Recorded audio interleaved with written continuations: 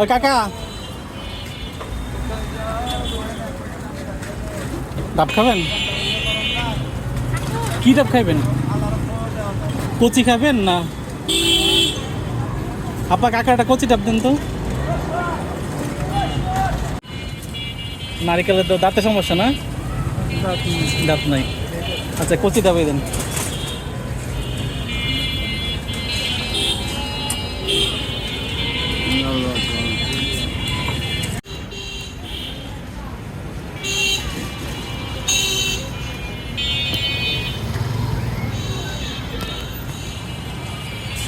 কাকার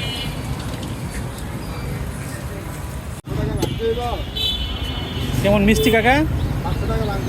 পানি ভালো?